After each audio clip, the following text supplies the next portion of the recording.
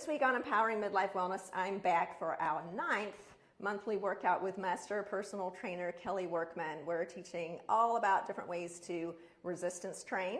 This week, something special. We're working around a knee injury and show you how to do that.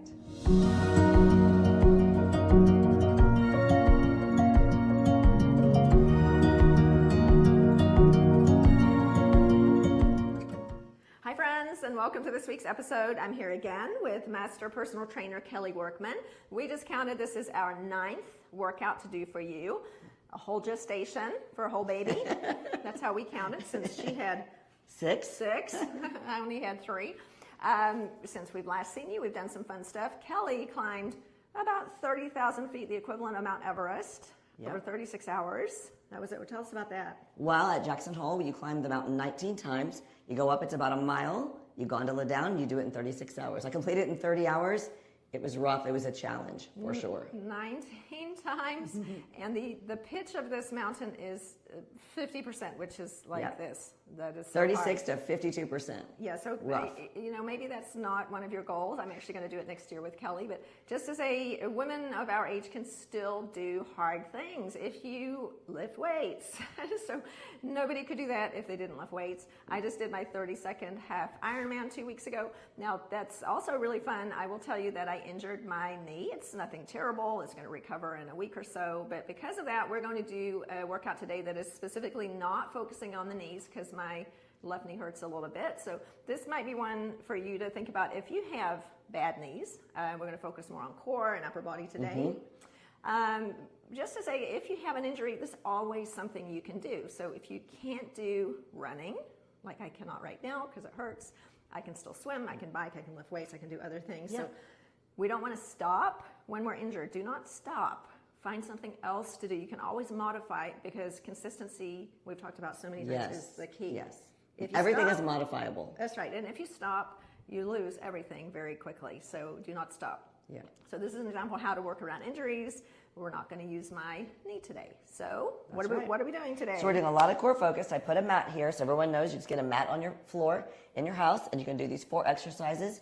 They're 1 minute of work, 1 minute of rest. There's 4 exercises, total of 32 minutes. Okay, perfect. So during the work, I'm probably not going to talk. And then during the break, we can chat about everything to do with resistance training. And we'll go from there. Just like always, this goes all the way through. So if you start now, we're going to do the workout just like I'm doing for the first time. I don't really know what we're doing. So just turn it on and go. That's right. Put your earbuds in and listen. Okay. So first, we're going to go on the floor on all 4s, like in tabletop. Now, Susan's knee's bothering her, but she can put some weight on her legs like this. Yeah, that's okay for me. So now what we're going to do in this exercise, we're going to go up to a full plank. So forearm straight plank. She's going to hold it for a breath. Then she's going to turn over and go to her side plank, hand to ceiling, eyes look up. Go back down to your full plank. Give me 1 push-up if this is possible in your practice. She's going to come back up and she's going to give me another side plank on the other side, all the way up. She's going to go back down and do the same thing again. We're doing this whole movement for 1 minute. So we're not counting the exercise. We're just timing for 1 minute and then having a 1 minute rest. Okay, good. This is why I said I wasn't going to talk. There's no talking today. So her knee is bothering her. She can't run and do things like that, but she can use her stomach. You can use her back, use her glutes, her arms, and do some work.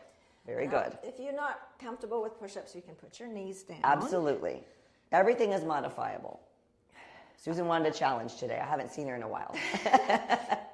That's not the world's perfect push-up, but hey, we are here doing it today. We're being consistent. That's what matters. Good. 1 more facing the camera. Hello. 1 more down push-up.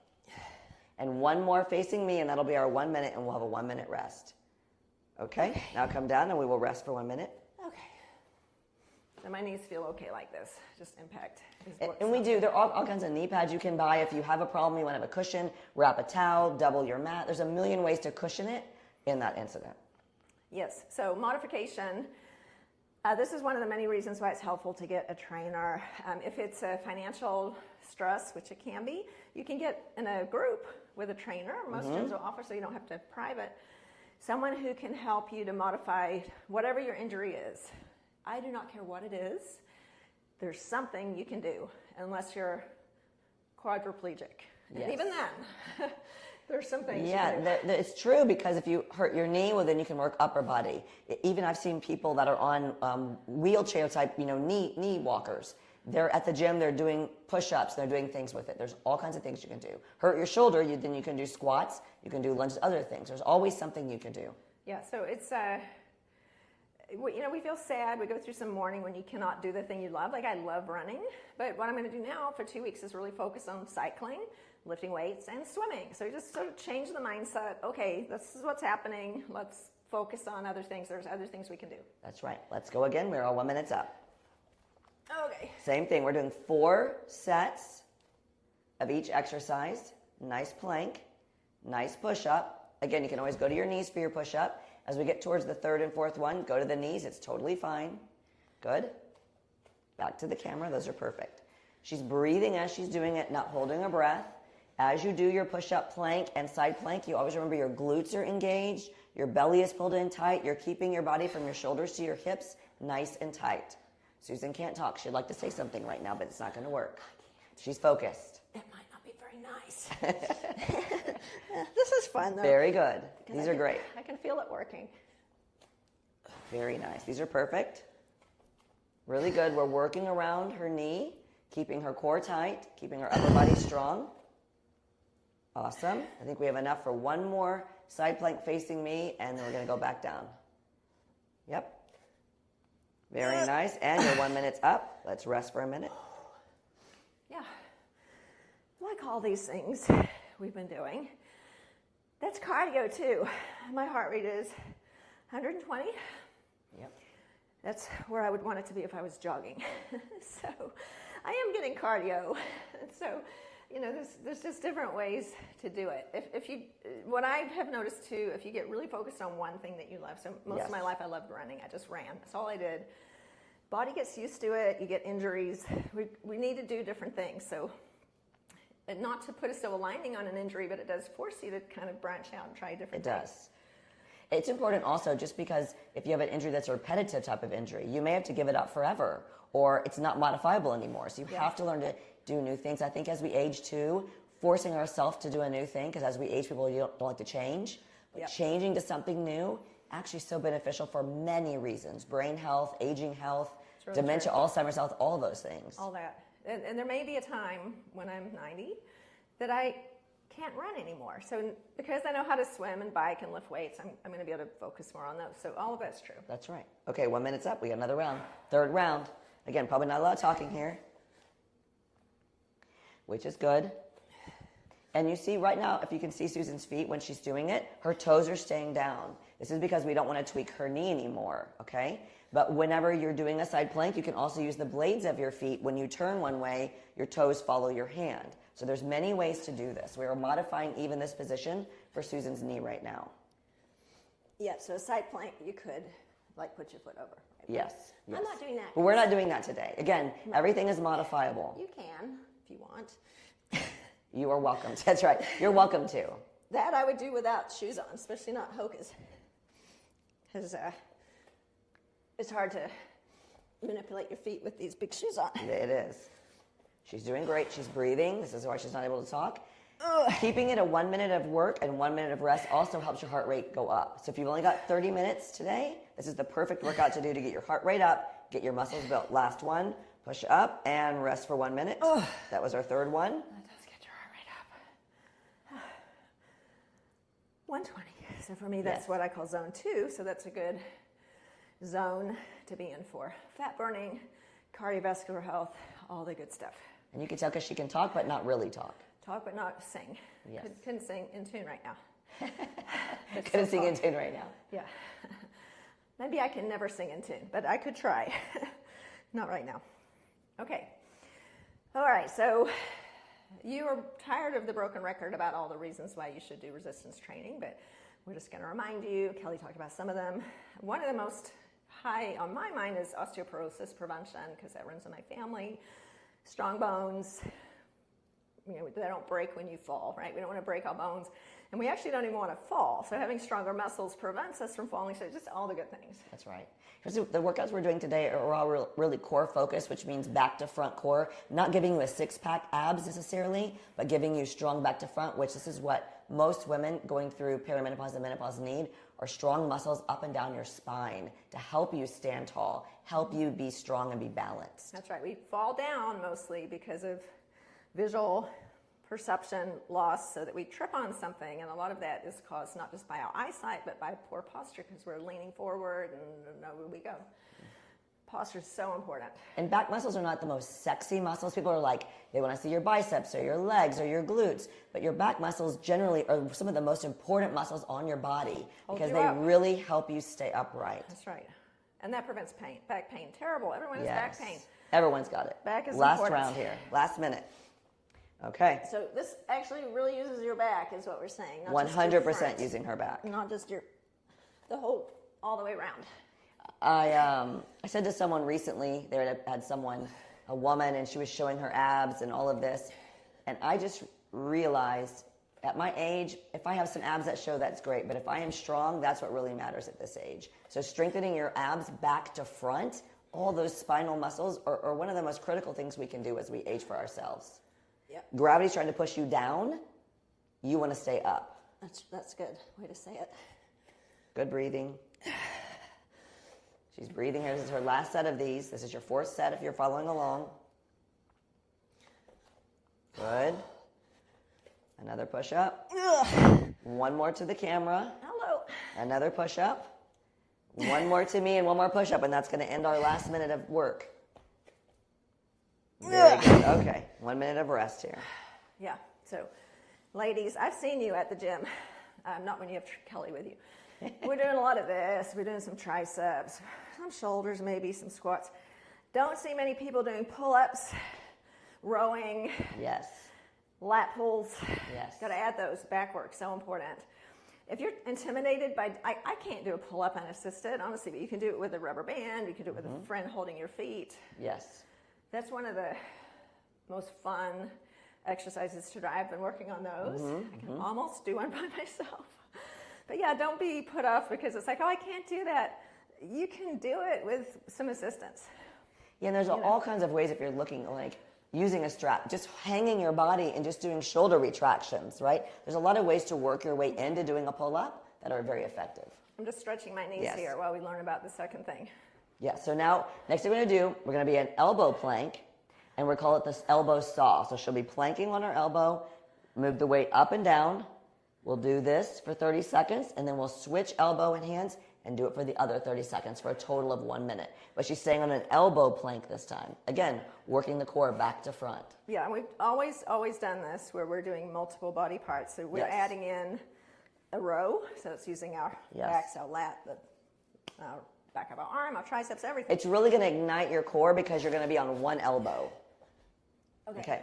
So now, stay on the left elbow, grab the weight, and you're just going to literally go back and forth on the mat for 30 seconds. Just breathing.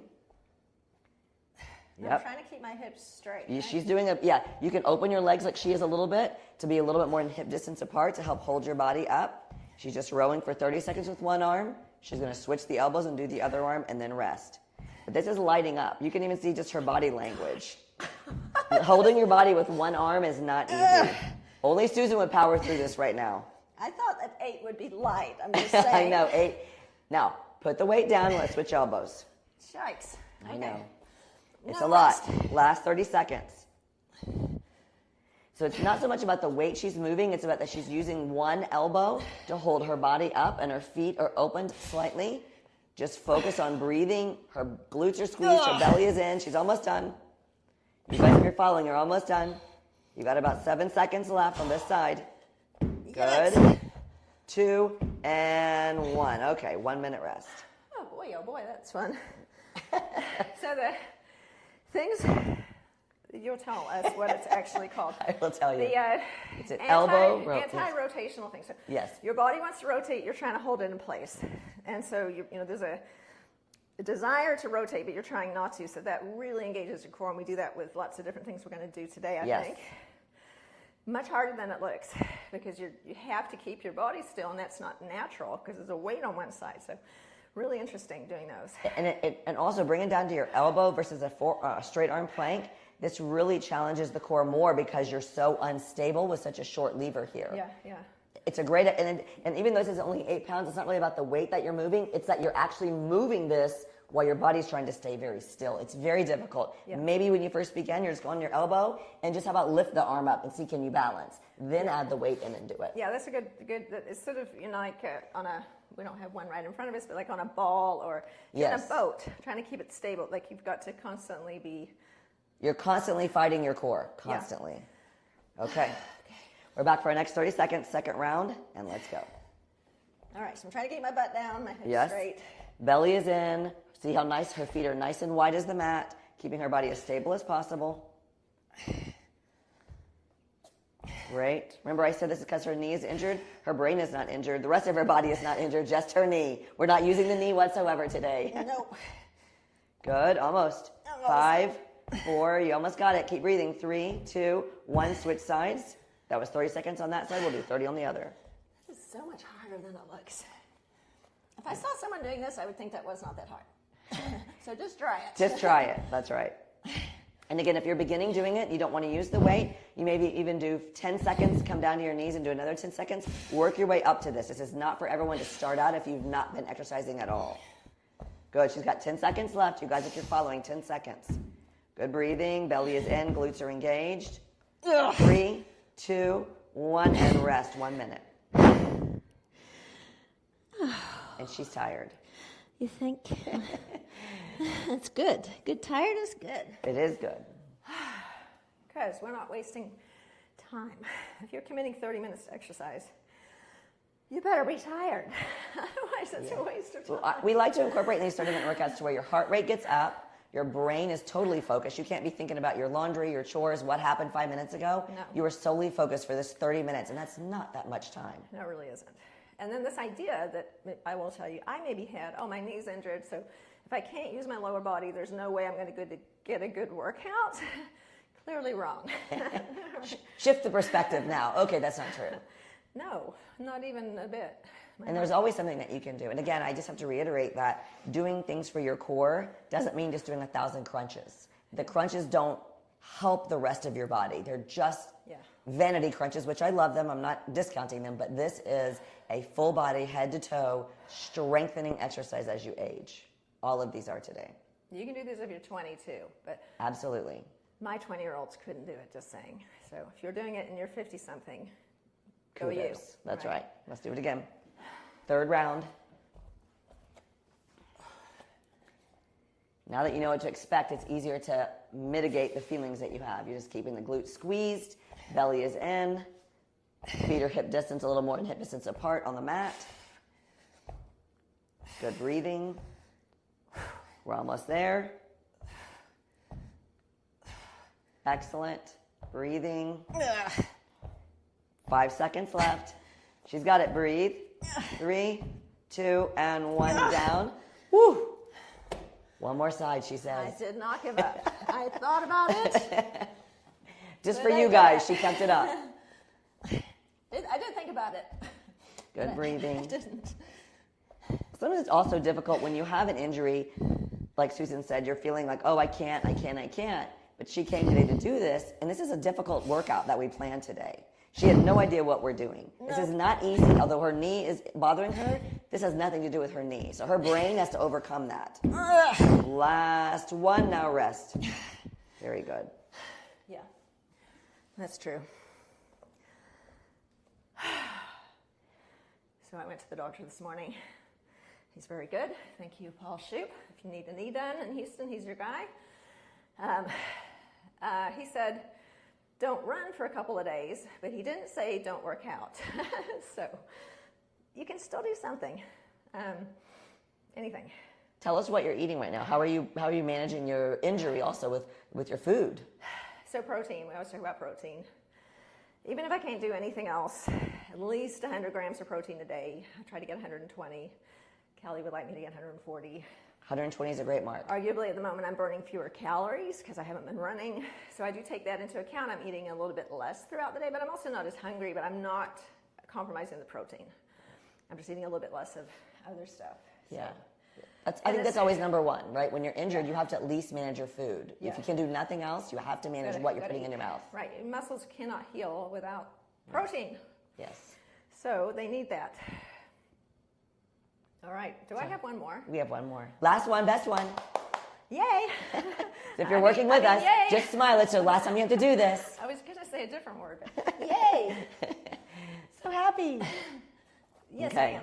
I am happy. I'm happy I can do something. I'm That's happy right. I'm not like in a wheelchair. I'm happy. And really, this is going to be a very quick 30 minutes. She's going to be like, holy crap, I did a lot of work in 30 minutes. I'm And happy it's I don't true. need surgery. I'm happy that I can even do this. That's right. There's so many things to be happy about. Instead of focusing on the one thing that's not happy. My knee hurts. Who cares? Everything else is fine. That's right. And if you notice how we're in this position on our one forearm, almost, and switch arms.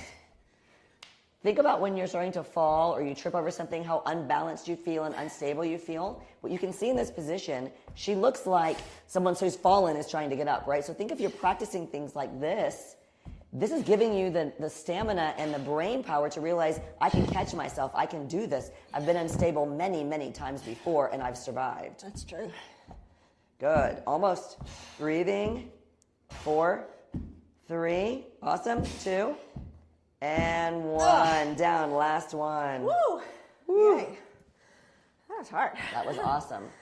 Yeah. 1 minute rest here. This is human nature, so no judgment. I do it. I think we all do. We all do it. We focus on the one thing that's wrong. I do. Got a million things going right, but our brain goes straight to the one thing that's wrong. So I spent like a good part of 3 days worrying about my knee instead of celebrating all the other thousands of body parts that are working. It's just so interesting. It's such a good practice to do that. Yeah, it doesn't discount that you have a problem, but there's a lot of things that are not a problem. Right. Shift your mind over there. Yeah, but it's hard. Sometimes we fixate. We fixate on this is wrong. I'm like, this feels this way, all those things. When you're done doing that, when you're done grieving that for a minute, then you can get back to what you need to do with the rest of your body. Yeah, so do grieve. But ruminating about something that you don't have an answer to, like I was worried, am I going to have surgery? Am I going to this? I'm going to that. I didn't know the answer. So I saw the doctor today. It would have been better just to put that out of my mind. It's just a waste of brain space. Anyway, if you have that, I do too. We're human.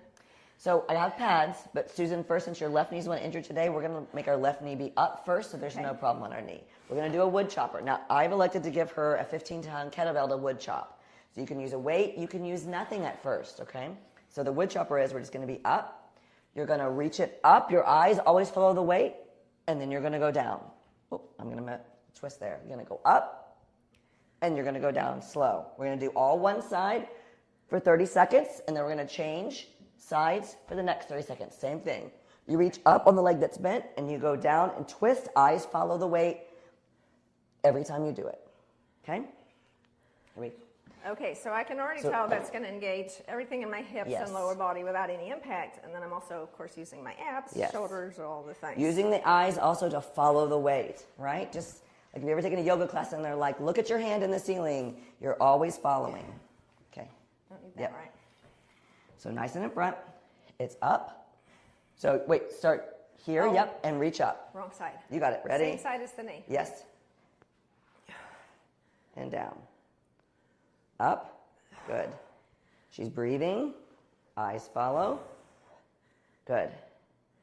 Reach up. Nice twist. We're getting a little bit of oblique work here. Her rotational muscles all around her back.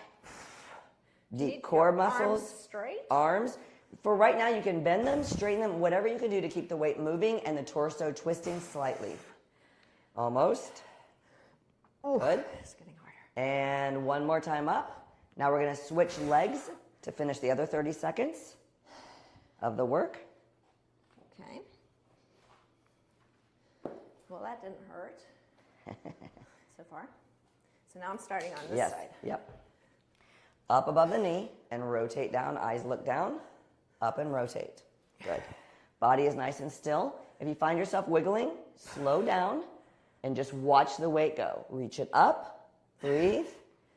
Susan wanted an upper body workout today. She's getting all of it. Good, almost. Breathing. 5, 4, good. 3, almost.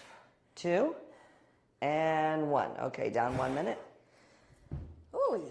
So we started with a 15-pound kettlebell. We can go to an 8-pound dumbbell, and you're going to hold it just the same way, right?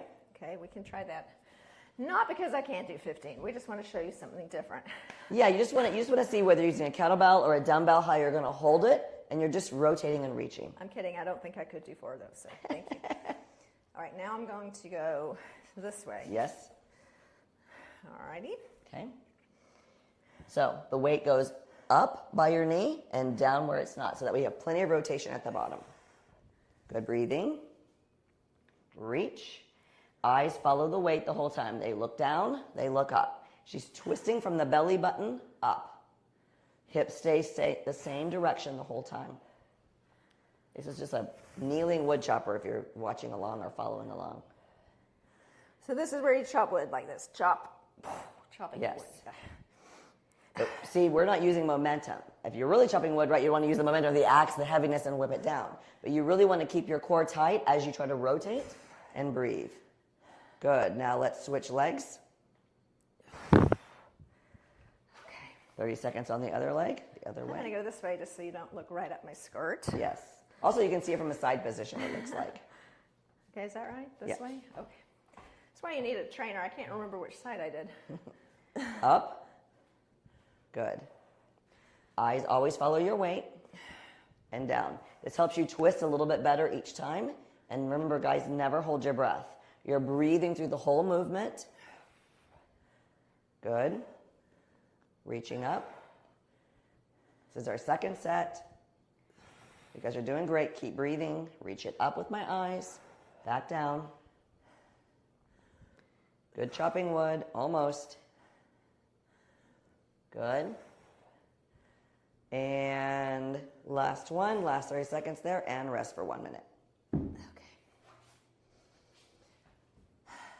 Yeah, it really is nice to feel like you've used your whole body. At the end of this 30 minutes, you'll be like, oh, I can feel everything. Yes. Even though I'm not using my lower body with impact, I can still feel this because we're really engaging Yes. the glutes.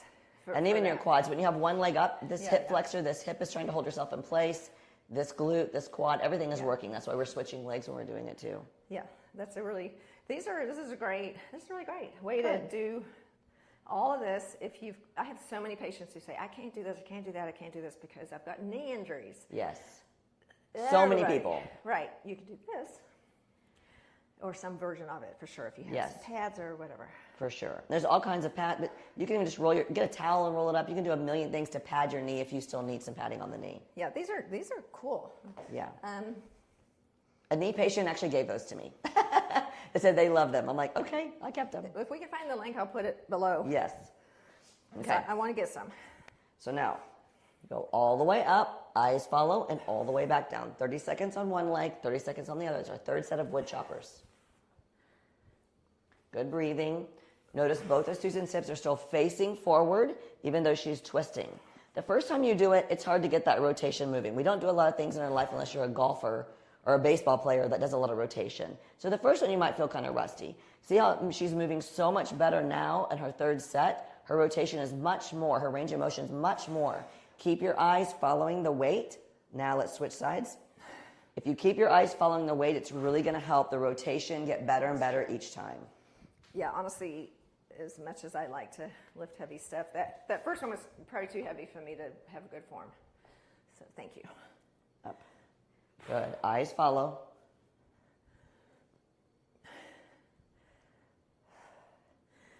You don't want to just lift stuff that's too heavy and have bad form. No. And she's still at the point where she can't really talk. She can't really sing. She can speak because, again, we're moving everything in this plane. Her lower body's keeping herself still, and she's twisting and moving with 8 pounds in her hands right now. Eyes follow the weight. Get good rotation in that spine. Good breathing, almost. Good. And 2. And 1. That is why Very nice. we always talk about these compound movements that require a lot of thinking reduce the risk of dementia because you're engaging your brain.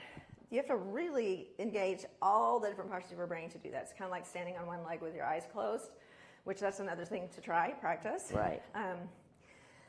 Balance, flexibility. If I had my brain in an fMRI right now, it would be lighting up all over the place. It would. A functional MRI, yeah, it's all engaged because you can't not, if you stop thinking about it, you'll fall out of the position. Correct. That's what's so good when you do compound movements, regardless of what type they are. You really can't be thinking of anything else. Otherwise, you're going to get injured. Must be present. Okay, we got one. We have one more round of these. You still got 10 seconds to rest, though. Okay, well, I'm going to get set up. Get ready. Okay. All right, and let's begin. Her eyes are following the weight. You guys don't forget that. You're getting much more rotation. The more your eyes can follow where the weight is going when you do wood chopper, the better rotation you're going to get. Keep that belly button pulled in as you're breathing. When you reach up, you're inhaling and exhaling. Belly button is tight, pulled to your spine the whole time. Her hips are great, facing the same direction. She's not tweaking her hip when she turns. She's rotating from the belly button up. That's what you should focus on. So if you think you have to spend a lot of money on a gym to get what we have right here, $50. Maybe, exactly. Maybe not even. Okay, let's switch legs. And we just put a yoga mat here for easiness. You can just do it on the floor. Towel, whatever. Yes. Very good. Last 30 of this one, all the way up. Rotate down. Make sure you're breathing, guys. Don't hold the breath. Hips face the front. Body is stable. Eyes follow the weight. Good breathing. And you see the size of the space we're in is about the size of this mat. I mean, you could do it in your kitchen. You could do it in your living room next to the bed. You could do it anywhere. You just need 30 minutes, some kind of little weight, and the will to do it. Do it in your office. That's right. There you go, on your lunch hour. Good breathing, almost. Nice rotation. One more round, and we're all done with this one. All right. Finish that one. 3 of 4. Take that off our knee. Roll this away. Okay. Oh, okay. I was like, wait a minute. I thought I did 4. We did 4 of those. We did 4 of those. And we've got we only have one more exercise to do. That's right. All right. The last one we're going to do is a reverse plank. Same thing, not hurting your knees at all. You're going to come down, sitting on your bum.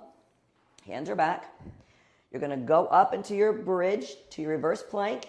Whatever leg, you're going to go here, and you're just going to reverse bridge up as you do it, okay? We're going to do this for 30 seconds. No weight is needed here. If you were a little more advanced and you wanted to add weight, you maybe could wear a weighted vest when you did it. You could put some kind of weight belt here if you wanted to do it. But in the beginning, your body's just going to want to do it itself. It's a big hip stretch, glute strengthening, and a really good core strengthening back to front. Fingers pointing backwards. Yes. If it bothers your shoulder, though, adjust your hands accordingly. No, I can do this because that's not what hurts for my knee. Yes. Use your judgment. So we're going to lower the hips down. Exhale, press up. Belly is in tight. Head goes back and lower down. 30 seconds this leg, and we'll do 30 seconds the other leg. Reach it up. As she's coming up, her hips are pressing to the ceiling. Her glutes are squeezing up, and she is breathing the whole time. Again, looks easy, but I'm squeezing everything. So if I can feel my butt shaking. That's right. Again, not hurting her knee. You have bad knees. This has nothing to do with your knees whatsoever. What I can feel is the glute on this. On the right side, huh? Yeah. Yes. Good breathing. In a good way. Ooh. Very good. Now, 30 seconds. Let's change our legs. Yeah, that's interesting. Yep. Same thing. We're going to squeeze our hips to the ceiling. Belly is in. And lower our hips back down. We're thinking the whole time, our glutes are engaged, our hips press up, our belly is in. There's no option, but when we press our hips up, our low back engages. Our core is engaging to press up and go down. Very good. Almost done with this first minute. Very good. Exhale up. Very good. That looks great. Almost. 3, 2, and 1. Down for 1 minute rest. Now you might find, like me, you have some asymmetry. This knee doesn't go out as far just because my hip's not as flexible on that side. We're all like that. Just do the best that you can. Yeah, and actually if you work on it, it gets better. But one side will feel different for sure. Yes. This knee doesn't want to rotate up. Usually it's whatever, if you're right-handed, your right side is tighter, right? It's the stronger side, it's tighter. That's pretty normal. But the more that you practice getting the foot up there, the better you'll be able to do it. If you never do it, you're not going to be able to do it. Like that movement. So if you're doing yoga, any type of hip openers, that's really good. Yeah. So much also comes from our hips too. Having flexible hips is super important for not falling.